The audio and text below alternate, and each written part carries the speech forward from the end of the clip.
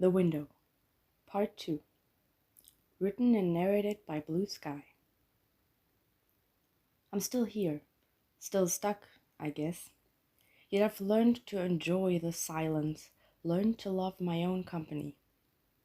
Still, raindrops slowly run down the glass of my window through which I only see the past. And even though nothing has changed, even though I'm still imprisoned, there is something to tell. Over time, I managed to close the window. This one-way reach-in ended, and for a while I just sat here in total silence. Whatever happened outside, whoever tried to ruin my life, it might hurt me, it might touch me, but it couldn't reach inside. In this silent, somewhat safe vacuum, I sat, I watched, I lived. Let the world move on, 'cause I had nothing to give. One day, though, I felt something, a little spark of hope. So I opened the curtains a bit to see someone knocking on my window.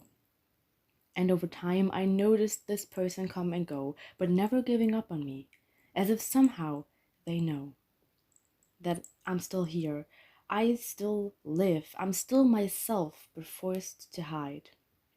Even though I was certain, even though sometimes I'm still sure that it's only a matter of time, so far she always came back.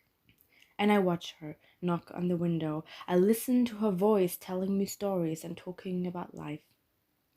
Sometimes I can't hear her.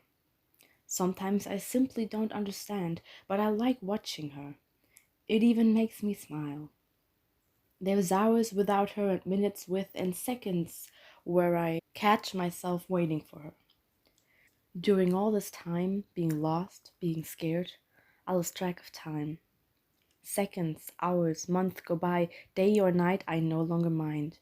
I barely notice the seasons change. It all sort of melts into a useless mix of cold and rainy summers and warmed up snow in the sunshine. I can't tell anymore. But the days are not as alike anymore. There's days with this knocking, the beat of my existence, and days without, only the beat of my heart.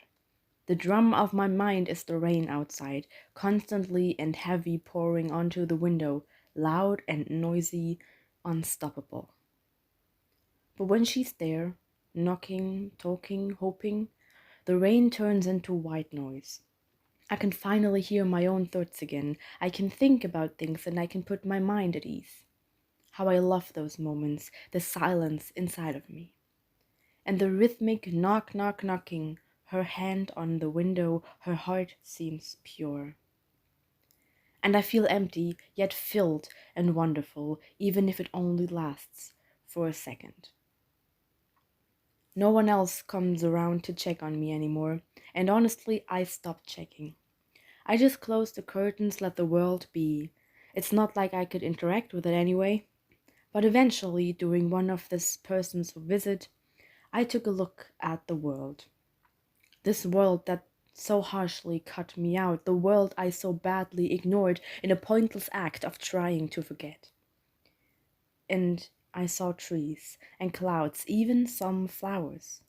A light in a forest, no path either way. I'm alone with the window when the knocking fades. I guess this is my forest, where no one goes anymore. And in my window I see the possibility of a door.